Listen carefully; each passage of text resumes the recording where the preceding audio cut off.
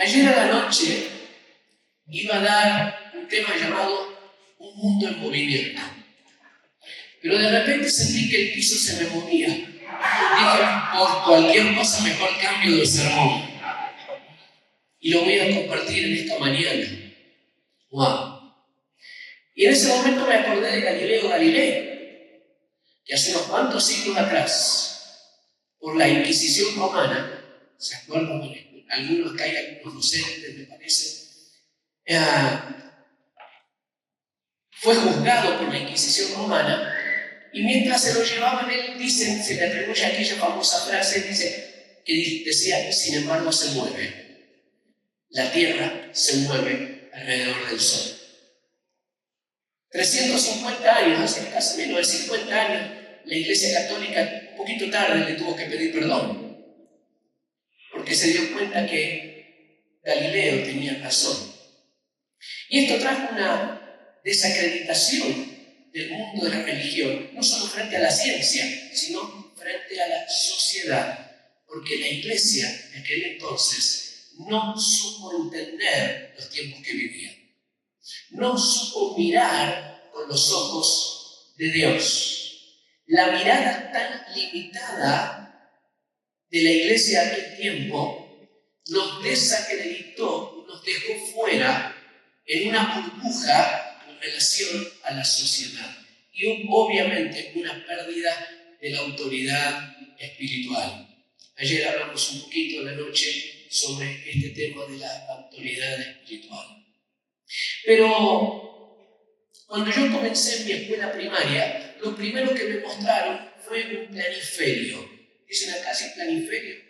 El mapa del mundo, norte, sur, este y oeste, y planiferio porque es plano. Entonces, si uno quisiera aplicar la teoría de la gravedad y tuviera una piedrita en Canadá, caería de Canadá hasta la Patagonia argentina chilena, ¿no es cierto? Funcionaría así. Pero nosotros sabemos que el mundo no es plano, sino que el mundo está en permanente movimiento. Hay una dinámica. No es solamente un movimiento, sino yo lo consulto acá porque con los números siempre me pierdo, hay un movimiento de rotación. ¿Cuál es el movimiento de rotación?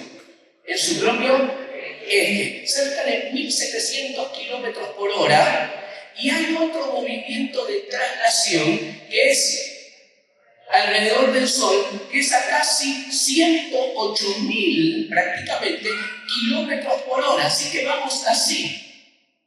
En este momento nos movemos así a 1700 y así a 108.000 kilómetros por hora. El mundo se mueve. Así que si en algún momento te sentís un poco confundido, un poco mareado, no es tu problema.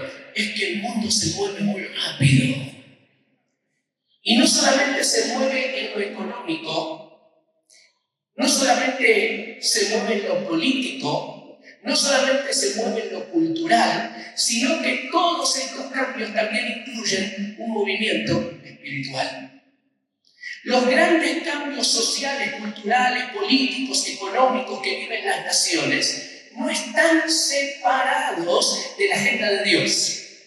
Si usted abre ahí, no lo lea, pero lo menciono solamente, en Lucas capítulo 2, un momento tan trascendental como el nacimiento de nuestro Salvador, que de Nazaret se tuvieron que mover a Belén. ¿Por qué se tuvieron que mover a Belén, José y María? Porque había un censo. Era el primer censo del Imperio Romano. Y los censos se hacían una para recaudar más impuestos, para saber cuánta gente, quién evadía y quién pagaba, y también por una cuestión militar, a ver cuántos hombres había en caso de una guerra, movilización de soldados, etc. Así que José y María se tuvieron obligatoriamente que mover a Belén, porque estaban empadronados. Y la historia cuenta, nosotros generalmente en Navidad hacemos, no sé aquí, pero el pesebre, ¿no? y Jesús que nació en medio de los animalitos. ¿Por qué nació en un pesebre? ¿Por qué? ¿Y por qué no había espacio? Porque estaba el censo. Así que yo me pregunté, ¿por qué Jesús viene justo a nacer en el peor momento del año? ¿Por qué María queda embarazada encinta en el momento del parto, en el peor momento? Estaba todos los hoteles llenos. O sea que si hubiera ido 10 días antes, 10 días después, hubiera nacido en un buen mesón, en un buen hotel. Pero por algo sucedió. Había este principio de vulnerabilidad, de cercanía, la gloria de Dios manifestada en medio de la debilidad. Así que cuando hay cambios, y podríamos dar algunas referencias, pero no es el tema central de hoy, cuando hay cambios sociales, políticos, culturales, económicos, revoluciones, etc., no está desconectado. Nosotros tenemos que ver de dónde viene el viento, qué es lo que el Espíritu Santo está diciendo a la iglesia para saber cómo moverse en cada momento de la vida. Amén. Hace 11 años estábamos junto con el hermano Carlos Aracondia dando una conferencia en Ucrania, en la ciudad de Donetsk. Un mover espectacular. Durante el día dábamos conferencias para pastores y líderes, unos 400 pastores, y a la noche era la campaña evangelística con el hermano Aracondia. Y en medio de todo eso que era espectacular lo que Dios estaba haciendo, el hermano Aracondia me dice: Alejandro, el Espíritu Santo me está diciendo que viene un sacudón grande sobre Ucrania. Y después del sacudón viene un gran avivamiento. 6 meses después, justo la misma ciudad que desconocida para todos, Donetsk, fue el principio de la ocupación y de la invasión rusa en Ucrania y se hizo famosa. Yo volví unos meses después, salí el día lunes de Donetsk y el martes las fuerzas de la ocupación rusa cerraron el aeropuerto. Y dije: ay, justo. Así que, aun cuando hay cambios, no dice lo que está pasando en el Líbano, en Gaza, aquí y allá, en los cambios culturales, la persecución que habló nuestro hermano es una parte de la persecución. Hoy en Europa, en el mundo occidental, todavía no entra a predicar, es el saludo. Comienza una persecución del mundo occidental, que es la persecución de las ideas, que uno no puede citar hasta por ahí nomás la palabra de Dios, porque enseguida es mensaje de odio. Y estaba en Finlandia, en una conferencia para congresistas cristianos, y justo ese día se daba sentencia contra una congresista cristiana que hace 3 años atrás, el proceso legal duró 3 años, hace 3 años atrás ella había publicado en Twitter que esta frase: me da mucha pena, mucha tristeza que mi propia iglesia luterana sea sponsor oficial de la marcha del orgullo gay. Eso es lo que publicó. La mataron en los medios e iniciaron un montón de causas. Esto está pasando hoy en Europa, también en Estados Unidos, ni hablar en Canadá. Y justo estábamos ahí almorzando en el Parlamento cuando se daba el veredicto. Por haber dicho eso solamente, la querían expulsar del Parlamento. Estaban todos los medios ahí esperando la resolución. Y gracias a Dios nos pusimos a orar y la decisión fue absuelta de toda culpa, de todo cargo. Esto sentó un precedente hablando de la libertad de expresión. Pero se vienen muchos tipos de persecuciones diferentes, y a medida que la iglesia vaya creciendo, escuche bien, a medida que la iglesia vaya creciendo, la persecución del pensamiento progresista occidental va a ser cada vez más fuerte. Tenemos que estar preparados para ello. No va a ser solamente del mundo comunista, del mundo islámico o del mundo de algún sector religioso. Está viniendo del pensamiento occidental y tenemos que estar preparados. No solo con la ideología de género, hay muchos otros campos. Así que nosotros podemos ver el mundo en una mirada plana, como aprendimos algunos de nosotros en el colegio. Según la Reyes capítulo 6, del verso 15 en adelante, relata la historia cuando el ejército de Siria rodea la población de Dotán. Y ahí había 2 hombres. Estaba el profeta Eliseo y estaba su criado Jesse. Dice: por la mañana, cuando el criado del hombre de Dios se levantó para salir, vio que un ejército con caballos y carros de combate rodeaba la ciudad. ¡Ay, mi señor!, exclamó el criado, ¿qué vamos a hacer? No tengas miedo, respondió Eliseo, los que están con nosotros son más que ellos. Entonces Eliseo oró. ¿Y qué oró Eliseo? Señor, ábrele a Jesse los ojos para que vea. El Señor así lo hizo, y el criado vio que la colina estaba llena de caballos y de carros de fuego alrededor de Eliseo. ¡Wow! Dos hombres, pueden ser dos líderes, dos pastores que estén aquí, en la misma situación, en el mismo lugar, bajo la misma presión, al mismo tiempo, pero con dos miradas diferentes. Los dos estaban pasando lo mismo, estaban bajo el mismo techo, bajo el mismo acecho del enemigo, bajo el mismo riesgo, pero los dos con miradas completamente diferentes. Uno dominado por el temor, una mirada plana, una mirada simple, una mirada, podríamos decir, religiosa, y el otro miraba con los ojos de Dios, con los ojos de la revelación, con los ojos de la sabiduría que viene de lo alto. Así que uno estaba desesperado. Ahora, nadie puede decir aquí que no me comprende porque no vivió lo que yo viví. Estaban viviendo, presente continuo, viviendo exactamente lo mismo, pero dos respuestas diferentes, dos miradas diferentes. Y uno dijo: Señor, abrime los ojos, abrime los ojos. Señor, abrimos los ojos para ver el mundo en el cual estamos caminando. Y no estoy hablando de cambios de formas. Las formas cambian. Los principios, la esencia, el ADN de la palabra de Dios, del pueblo de Dios, es inalterable. Lo que estamos diciendo es entender espiritualmente de dónde viene el viento, hacia dónde va, qué es lo que Dios quiere decir en una hora como esta. Hoy vivimos en un mundo de 223 países y territorios en proceso de independizarse. Nunca tuvimos tantos países en el mundo como ahora. Hoy vivimos en un mundo de 8.250 millones de habitantes. Nunca nuestro planeta Tierra estuvo tan poblado como ahora. ¡Wow! Y podríamos seguir hablando de un mundo de 130, 140 millones de refugiados, como nunca antes en la historia. Un mundo que se ha movido, el mundo cristiano, principio del siglo XX, en 1900, el 80% de los creyentes en el mundo estaban en el bloque del norte, en los países de Norteamérica y Europa. ¡Wow! 80%.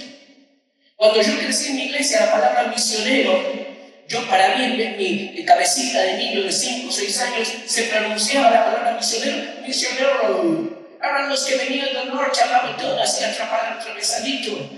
Eran más altos, blanquitos, rubios, con 4 hijos, y el misionero venía con su esposa que tocaba la piano. Y él venía con su camioneto y con el franelógrafo, también eso para la evangelización. Para mí, el misionero era todo lo que venían, porque el 80% de todo el mundo cristiano evangélico estaba en el norte.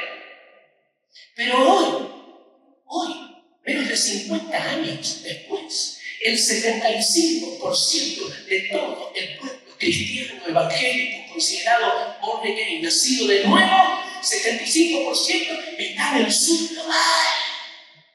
Está en nuestra Latinoamérica, en África negra subsahariana, está en varios de los países asiáticos. Cambió el mapa del mundo cristiano. Señor, ¿qué nos estás queriendo decir para una hora como esta? Gracias por todos los misioneros que han venido. En el año 87 hubo un congreso en Comimán, Sao Paulo, donde se entendió el tiempo. No sé, alguien estuvo por ahí, de los más, no viejitos, más experimentados. Estuvimos ahí. Hubo una declaración que Latinoamérica, en vez de ser solamente un campo de misión, se transformara en una fuerza misionera. Un cambio de paradigma, un cambio de escenario.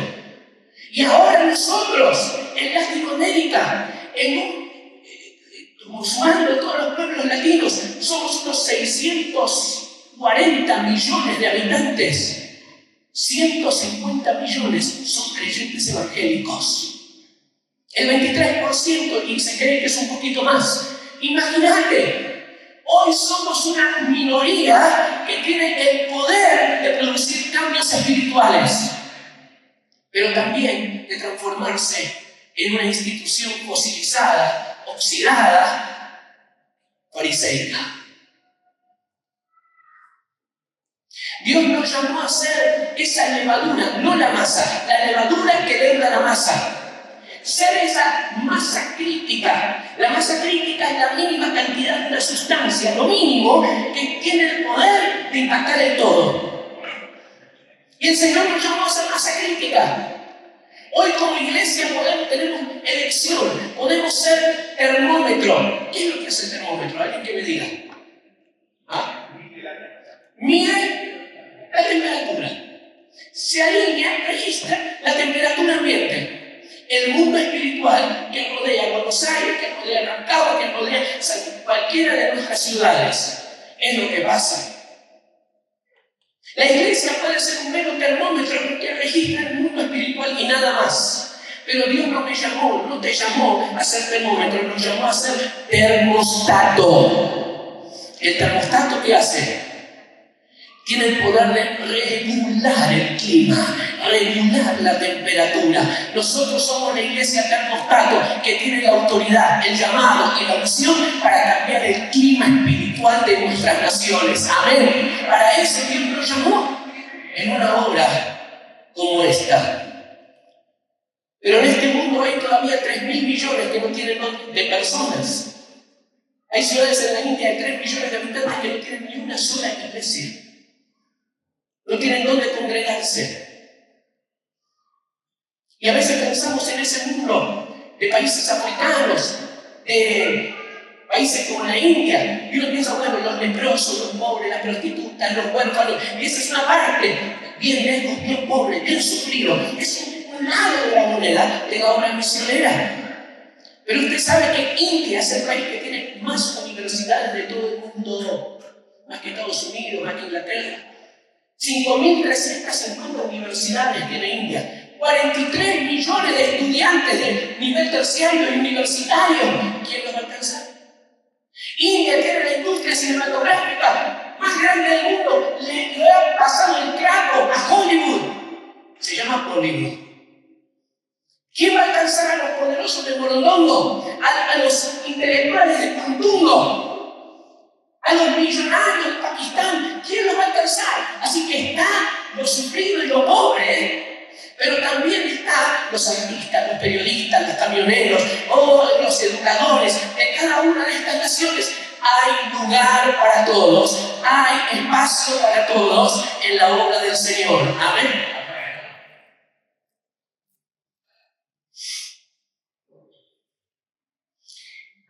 Y en este escenario donde hoy nos toca vivir, Estados Unidos todavía sigue siendo la primera fuerza misionera, pero la segunda, ¿saben cuál es? Brasil. La tercera, Corea. La cuarta, Filipinas. ¡Wow! La quinta fuerza misionera, Nigeria.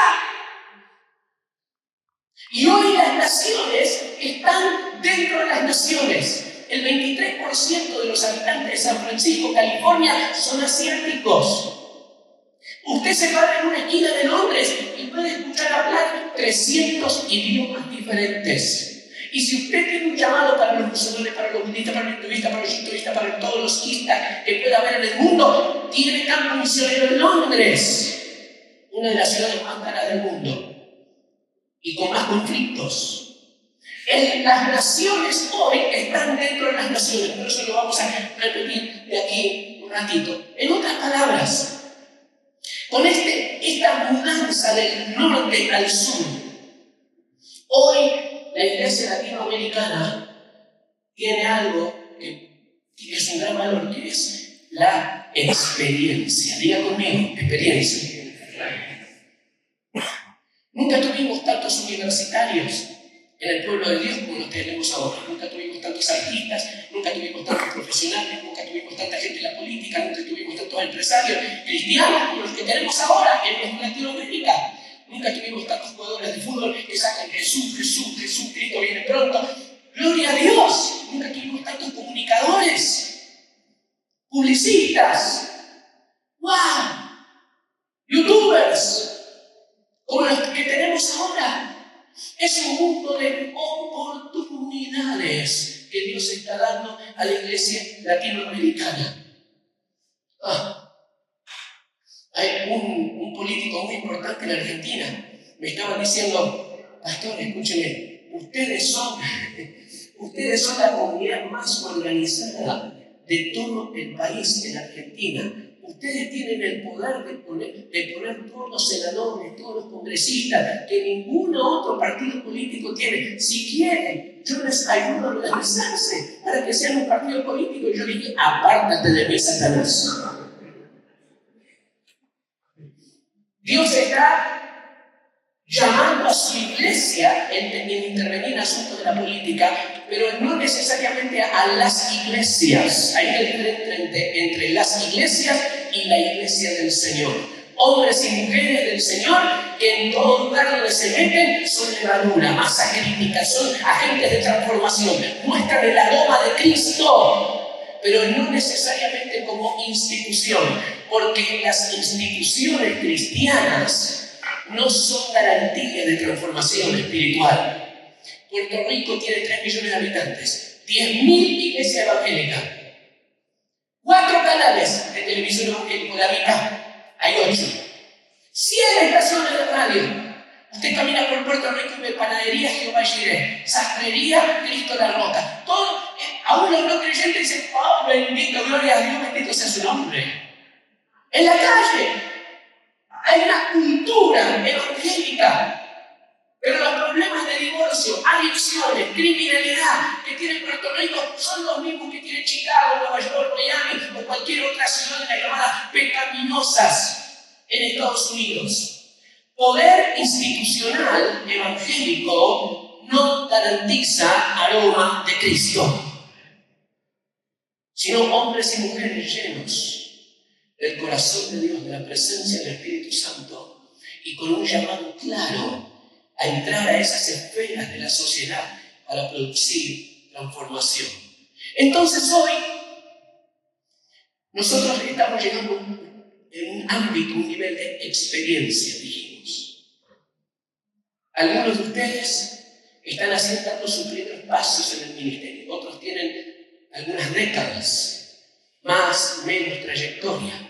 Pero a medida que vamos avanzando en la vida, todos vamos acumulando en nuestra mochila algo que se llama experiencia. Es parte de nuestro capital. La experiencia es muy buena porque nos da consejo, nos da sabiduría, puede transmitir un legado a las próximas generaciones. ¿Sí? La experiencia es buena. Queremos consultar a aquellos que tienen mucha experiencia. Pero, decid conmigo, pero tenemos un problema con la experiencia. La experiencia que usted y yo tenemos, ahora hablando en el ministerio, no fue diseñada para tomar decisiones. La experiencia es un buen capital que tenemos, pero un pésimo capitán de barco. La experiencia es un buen vagón de tren que podemos llevar cosas muy buenas, pero no sirve para ser locomotora. La experiencia es buena consejera, pero pésimo líder. Porque la experiencia no fue diseñada para ir adelante, sino para acompañar, inspirar, nutrir. Imagínense si en la experiencia Abraham hubiera dicho, como decimos en la Argentina, mejor malo conocido que bueno por conocer. Jamás hubiera salido de su tierra y de su parentela para ir a un lugar que no sabía dónde. La experiencia en nuestro ministerio es una bendición con la serpiente de bronce, pero al final hay que terminar destruyéndola porque se transforma en un ídolo. Y cuando tomamos decisiones en nuestra vida basadas en la experiencia, entramos en la dimensión de la idolatría. ¡Wow! Ayer les comenté la noche un refrán argentino. El que se quema con leche, cuando ve una vaca, llora. Porque asocia la experiencia que tuvo al quemarse con la leche de la vaca. No quiero ser, la vaca es inocente, pero uno lo asocia. La experiencia asocia diferentes historias de nuestra vida. La experiencia son aquellas marcas que eventos, personas, situaciones han dejado, dejan una huella en nosotros. Esa es la experiencia, para bien o para mal.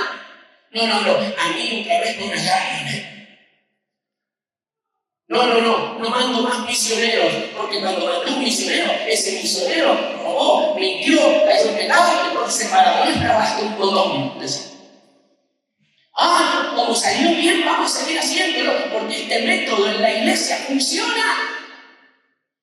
La experiencia acompaña, inspira, aconseja, pero cuando la pongo adelante, ¿sabes qué ocurre? Me roba la dependencia de Dios. Me estorba para la obediencia. Había un tal Pedrito, Hechos capítulo 10, que estaba orando en la azotea mientras le preparaban el almuerzo. Estaba orando. Y Dios aprovechó ese momento para mandarle una misión, un atento a los niveles inmundos. ¿Qué le dice? Pedro, mata y come. Y Pedro, sabiendo que era Dios, ¿cómo contesta? Señor, muchas gracias, lo voy a tener en cuenta, lo voy a evaluar. Él responde a Dios, Señor, no. Porque nunca antes comí esta comida que es inmunda. Y esto le frenaba para los próximos pasos de obediencia que no tenía, la independencia de meterse en la casa de un tipo llamado Cornelio. Pero le mandaron un Uber, no sé qué le mandaron ahí, de la casa de Cornelio, que estaba lleno con parientes, vecinos, amigos. Y Pedro, ante lo desconocido, y eso es lo que Dios está llevando a la iglesia, hacia lo desconocido. Pedro, ante lo desconocido, Dios le llevó un grupo de testigos. Y era tan bruto Pedro que dice que cuando llegaba al lugar, primero entraba con la boca y luego con el resto del cuerpo. Y entró a la casa de Cornelio diciendo, ustedes saben, para él como yo, es abominación estar con gente como ustedes. Pero Dios me dice que no hace excepción de personas, así que díganme, ¿para qué me mandaron llamar? Imagínate si yo algo así acá. Me voy con una marca del zapato acá atrás, en 5 minutos. Y Pedro comenzó a predicaba más largo que Alejandro. Era larguero. Hasta el Espíritu Santo se aburrió. Y lo interrumpió. Y mientras Pedro estaba bla, y predicando, el Espíritu Santo dice, estos están ya listos. Y comenzaron a recibir el Espíritu Santo, pero ni siquiera habían levantado la mano para sacar el centro del Señor Jesucristo como único suficiente salvador personal. Y levantaron la mano y se estaban hablando en lenguas. Ni siquiera habían pasado por la Asamblea del Bautismo. Ni siquiera habían llenado la tarjetita de decisión. Ni siquiera habían para conservación de fruto, nada. Y dice tu Biblia que Pedro y los que estaban con él se quedaron como atónitos. ¿Sabes qué es atónitos? Cara de tonto.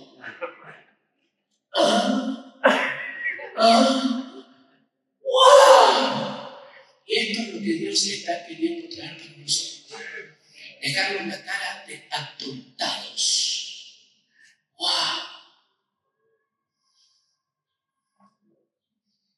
Es interesante porque esta palabra experiencia viene de la raíz del latín experiri. Si estás anotando, anotate experiri. Y experiri tiene 2 flechas, una hacia atrás y otra hacia adelante. Experir significa experiencia, lo que yo ya conozco, lo que yo ya probé, lo que me hizo bien, lo que es bueno, el capital que llevo en mi mochila, el consejo, la sabiduría. Pero la otra flechita del experir es experimento. Es aquello que todavía no hice. Es aquello que no domino. Es aquello que no llego a controlar. Y es lo que Dios quiere cuando tenía preparado para Pedro. Lo que Dios tenía preparado para Ananías. No el marido de Zafira, el otro bueno. Que Dios dice, anda, vas a encontrar a Saulo de Tarso, el perseguidor de la iglesia. Y Ananías trataba de explicarle, pero yo te voy a contar quién es este tipo. Y se animó a ir, era el experimento. Cuando Jesús en Hechos 1 le dice a los discípulos, ustedes van a ser mis testigos, tanto en Jerusalén como en Judea, Samaria y hasta lo último de la tierra. Jerusalén y Judea era el ámbito de lo conocido, de lo que ya uno, no sé, ¿alguno de ustedes fue a un hospital y habló con algún enfermo alguna vez? ¿Sí? ¿Visitaste a alguien que estaba en la cárcel alguna vez? Bueno, a lo mejor lo hayas hecho o no, está dentro de nuestro radar de lo posible. Si alguien te dice, me acompañas al hospital, aunque nunca haya sido, te suena dentro de lo aceptable, dentro de lo lógico. Hacer una campaña evangelística está dentro de un campamento, una conferencia, un retiro. Eso es nuestro Jerusalén, nuestra Judea, el ámbito donde nos movemos familiarmente, los cultos, los ayunos, las vigilias, todo lo que vos puedas saber que es dentro de sí, aceptable, sí, más o menos conocido. No me costaría un salto, un cambio muy grande, porque está dentro del radar. Jerusalén y Judea. Pero hoy, por el crecimiento de la iglesia en Latinoamérica, que mencioné hace un ratito, entramos en una etapa de Samaria y los confines de la tierra. Samaria es una expresión de lo inaceptable, como Pedro en la terraza. Imagínate que había dos de los discípulos, uno de ellos era el discípulo amado.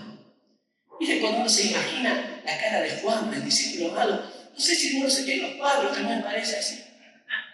Buenito, dulce, ¿no? Una mirada tierna. Pero este tipo fue uno de los que volvió de un pueblito samaritano que no quiso hospedar a Jesús y a los discípulos. Y él fue uno de los que le sugirió al maestro, diciéndole, no nos quieren recibir los samaritanos. ¿Se acuerdan qué propuesta él dio? ¿Quiere que hagamos descender fuego del cielo y nos reviente a todos? Porque judíos y samaritanos, ustedes saben, no se tragaban. Y los judíos tenían un cierto, un concreto desprecio. Por eso Jesús mandó al Carrefour, al supermercado, mandó a los discípulos cuando se encontró con la mujer, que era mujer samaritana, en el pozo de Jacob, nombre pidiéndole agua, una mujer judía samaritana, era el cántaro. Jesús sabía que los muchachos no iban a poder soportar esto, vayan a comprar comida. Y aún cuando volvieron, vieron el momento final, ¿qué está pasando acá? ¿Qué está pasando acá? Y cuando Jesús quiere dar un buen ejemplo, ¿se acuerdan? Hay que tomar el ejemplo del buen fenicio, ¿puede ser? Del buen romano, del buen egipcio. ¿Le habló de quién? Del buen. Imagínate el auditorio que lo escuchaba. Hablando de cualquier ejemplo, menos de los perros samaritanos. Samaria es la expresión de aquellos que decimos, Señor, heme aquí, envíalo a él. No me pidas, pedime cualquier cosa, menos los samaritanos. Es aquello que rechazo, es aquello que no admito, es aquello que puede ser posible para otros, pero no para mí. Yo mismo le pongo filtros en el desarrollo ministerial. Y no estoy diciendo solamente para ir a Morondongo y Curutumbo, estoy hablando de los espacios ministeriales que Dios está abriendo para su pueblo en nuestra Latinoamérica. El crecimiento ministerial no se trata de reemplazos, se trata de expansión. No se trata que dos pastores tomen el lugar de dos pastores viejitos. No se trata de un reemplazo para ver quién ocupa los 5, 6, 10, 15 posiciones cargos principales en la congregación. Se trata de una expansión que se mete en todos lados para brillar como estrellas en el firmamento en medio de una generación podrida, corrupta, perversa. No hay límites, no hay espacios que puedan limitar la expansión de hombres y mujeres de Dios en todas las esferas. ¡Wow! Por eso es que cuando nos dejamos gobernar por la experiencia, caemos en idolatría, porque perdemos la dependencia de Dios que nos lleva a la verdadera obediencia. Una vez dijimos, cuando una iglesia bautista muy grande, el pastor me decía, nosotros somos una iglesia renovada. Y yo le dije, ay, qué lástima, firmaste tu certificado de muerte, de defunción, porque no existe tal cosa. Existe una iglesia, un ministerio en continua renovación, renovándonos, creyendo, obedeciendo, oyendo su voz, confesando tus pecados, adorando al Señor, predicando el Evangelio, siendo generosos. Es un caminar. No está en la Biblia, pero un poeta español decía, caminante no hay camino, se hace camino al andar. El Salmo 119 dice que la palabra del Señor es lámpara en original, lámpara a mis pies y lumbrera mientras voy caminando. Y si yo me quedo quieto, la lamparita alumbra solamente acá y seguirá alumbrando solamente acá, mientras todo lo demás está en oscuridad. Así que no importa cuántos ministerios, cuántas trayectorias, cuánta experiencia, poca, mucho tengas, gloria a Dios por la experiencia, pero jamás de aquí en adelante va a reemplazar a la dependencia del Espíritu Santo que me lleva a la verdadera obediencia. Porque si no nos corrompemos. Al que roba, ¿cómo le llamamos? Al que roba. Al que miente. Al que adultera.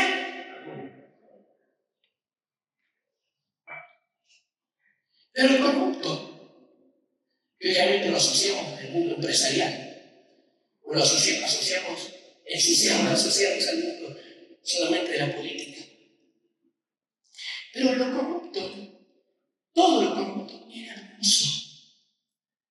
Parte de algo lindo, sano, saludable, bueno. Justamente corrupción implica que algo que comenzó por el espíritu Gálatas, ¿quién nos embrujó? ¿Quién nos fascinó, hechizó? Cualquiera de las versiones que te le guste. Comenzando de una manera preciosa, miren cómo está, miren cómo terminaron. Los fariseos eran un movimiento de renovación espiritual por 150 años. Restauraron el valor de las escrituras, creían en la resurrección de los muertos, era un movimiento espiritual, hasta que Jesús dijo lo que dijo. Y hoy asociamos automáticamente la palabra fariseo con cuál palabra, que comienza con H. Hipócritas, sepulcros blanqueados. No vivieron el expedir de Dios. Se quedaron en la experiencia y se corrompieron. Ahora, esto que yo te lo digo por experiencia personal. Varias veces en mi vida te estás corrompiendo. Y suena muy fuerte, muy doloroso que lo haces con tu propia vida. Te estás corrompiendo. Algo se está oxidando, se está fosilizando. Algo está perdiendo su valor original. Hay un restaurante muy lujoso cerca de mi casa y te lo ponían todo en francés, no sé cuánto. Y te ponían 8 cubiertos, no sé cuántos platos, y te cobraban en euros. Pero si vos ibas a la parte de atrás, había unos tachos de plástico así grandotes, con unos mosquitos ahí revoloteando. Ahí estaban las obras del día anterior. Basura. Lo que estaba el día anterior, lo viejo, las cosas viejas que pasan, no solamente son cronológicamente antiguos, hace 30 años. Lo viejo es todo aquello que perdió su valor original. Se corrompió, se pudrió, se echó a perder de adentro hacia afuera. Era bueno, era espiritual, era dedicado, comprometido, santificado, precioso, amoroso, humilde, pero en un momento comenzó a oler mal. ¿Qué silencio?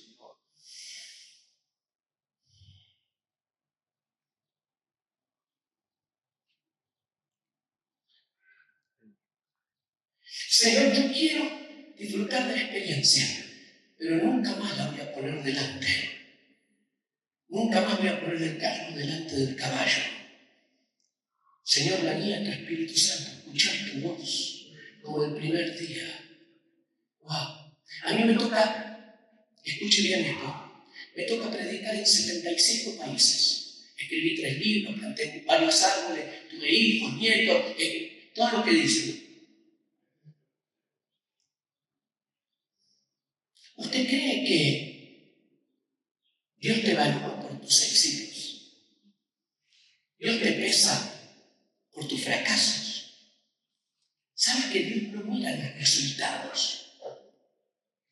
Si llenas un estadio algún día, en el cielo dicen, ¡qué ungido! Llenóle. Ni se mueve el cielo, el perímetro no se mueve. Si preparaste una campaña para llegar a 1000 personas, que vengan 1000 invitados y vino uno o ninguno, en el cielo le dicen, ¡qué papelón! ¡Qué barbaridad! ¡Qué desastre! ¡Qué fracaso! Mirá, no sirve para nada.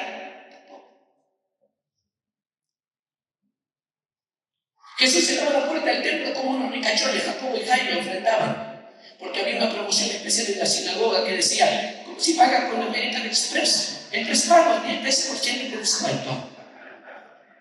Y ofrendaban de 15.000 dólares. Jesús lo vio, nada.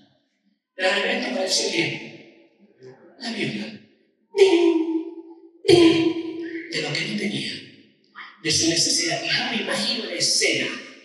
Yo me imagino Jesús viendo esta escena de esta mujer viuda, pobre, diciendo, muchachos, discípulos, venga, miren y aprendan. Lección de discipulado, intensivo número 24.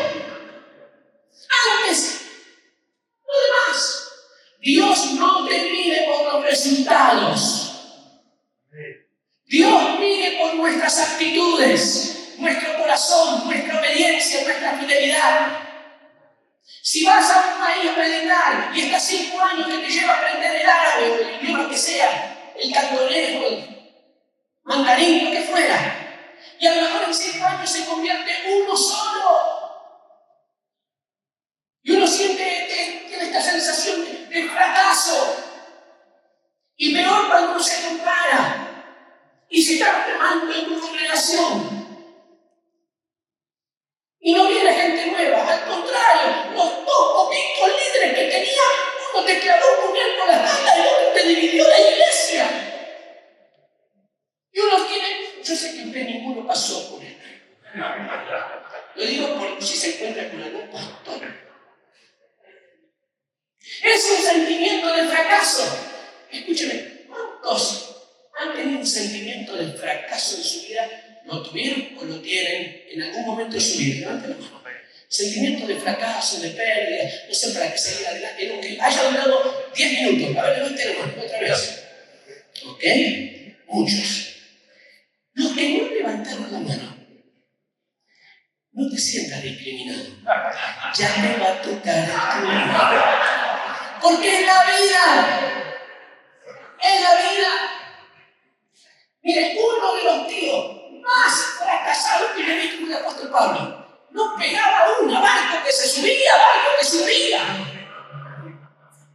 Y hacía un poquito de fuego, hasta las serpientes se le rompaban. Lo atacaban los de afuera, lo traicionaban los de adentro. Él ya podía contar cuántas veces lo tiene asustado, frío, de cárcel, de todo.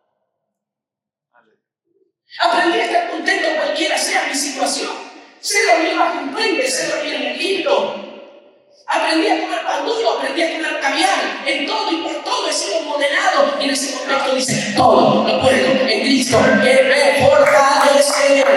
Dios no te mide por los resultados, Dios mira el corazón. Y se fascina por éxitos y se escandaliza por derrotas. ¡Wow! Este mismo apóstol Pablo, experto en fracasos y golpes y cachetazos y traiciones y abandonos, él decía: regocijaos en el Señor siempre. Otra vez les digo: regocijaos. ¡Aleluya!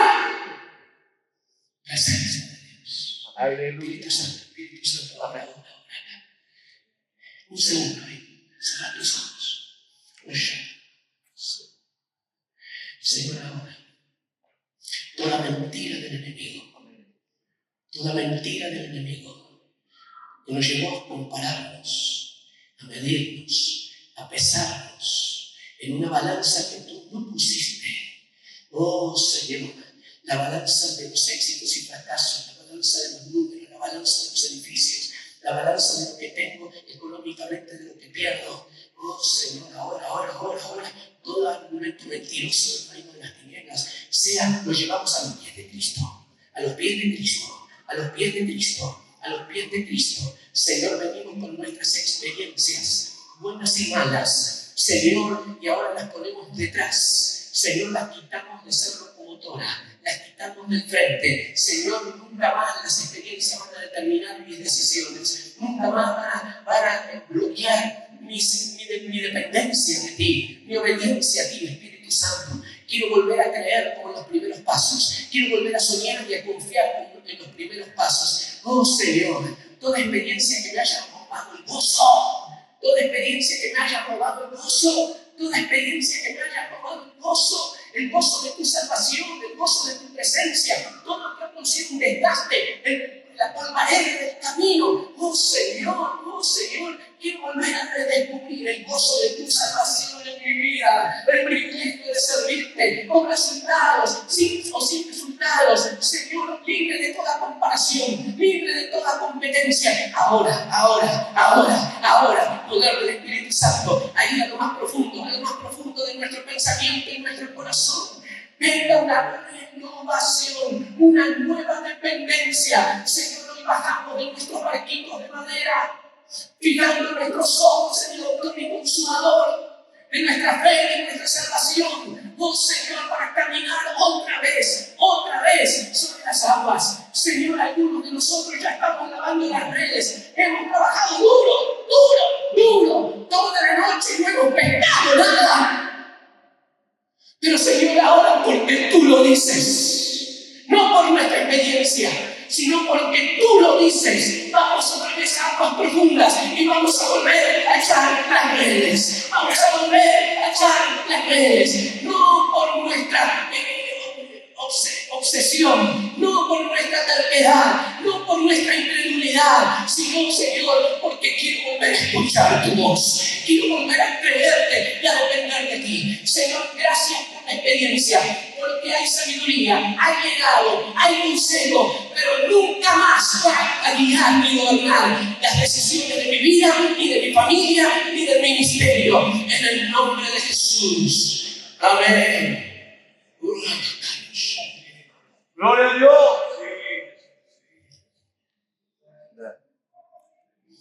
En este mundo en movimiento,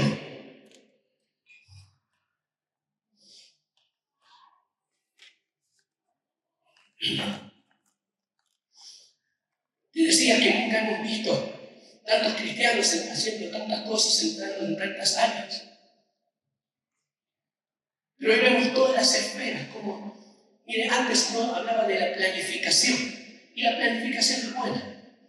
Pero muchos sociólogos ya están diciendo que la planificación es relativa, porque lo que usted planifica de acá a 5 años, en 2 años es obsoleto. Y parece que hay que aprender a tomar decisiones surfeando sobre la ola. ¿Viste los surfistas? Van viendo cómo viene la ola, se acomoda y se achica, se agranda, y el Señor nos está llevando a un mundo que está en permanente movimiento. Como decía el fundador de Jucum, lo único permanente en Jucum son los cambios. Estamos en un mundo de absoluta y permanente innovación. Cuando Pablo llega ahí a Atenas, Pablo se indigna por ver la idolatría. O sea, Hechos capítulo 17. Y él comienza a hablar. Discute con escuelas filosóficas como los estoicos, los epicúreos. Los estoicos básicamente decían que para alcanzar la virtud hay que sufrir. Y los epicúreos eran vivir la vida loca. En medio del placer encontrar el sentido del bienestar, para ponerlo de alguna manera. Así que eran antagónicos. Tenían estas escuelas filosóficas más de 300 años de antigüedad. Y Pablo se entiende en ellos. Y en la plaza también. Y lo escuchan hablar de nuevos dioses. ¿De qué nuevas cosas nos están hablando? Porque era la capital mundial de las ideas. Atenas era unos muchachitos por ahí que usted nunca escuchó hablar, que eran ignorantes. Un tal Aristóteles, otro Sócrates, otro Platón. Todo de Atenas. La cuna de la democracia, unas pavaditas como esas. Se creó el abecedario griego. Ahí en Atenas, la Ilíada, todo en Atenas. Atenas era la capital mundial de la innovación, de las ideas, de la filosofía, de la política, del comercio, en todos los ámbitos, las artes. Ahí estaba Pablo. Y con toda la indignación que tenían, lo llevan porque hablaba de cosas nuevas y dice que los atenienses, lo único que les importaba era oír, ver lo nuevo. Estaban fascinados por la innovación. Y cuando lo escucha hablar a Pablo de nueva religión, nuevos dioses, lo llevan al Areópago, al lugar más clave de la ciudad de Atenas. Y ahí comienza a decir, ustedes son todos muy religiosos. Hasta cita a un poeta griego, era un cráneo este Pablo. Y dice más, en un pedazo de un monumento, un cacho de piedra ahí, el monumento ahí al Dios desconocido, al Dios no conocido. O sea que los atenienses no podían hablar de ese Dios porque no lo conocían. Y Pablo dice, justamente ese Dios, yo les vengo a hablar. Hoy hubiéramos comulgado un año sin Santa Cena a Pablo. Y él dice, pero ellos no lo podían contradecir porque no lo conocían. Y Pablo dice, yo lo conozco. ¡Wow! Y se abrió una puertita pequeña, pero puertita al fin, en la capital mundial de la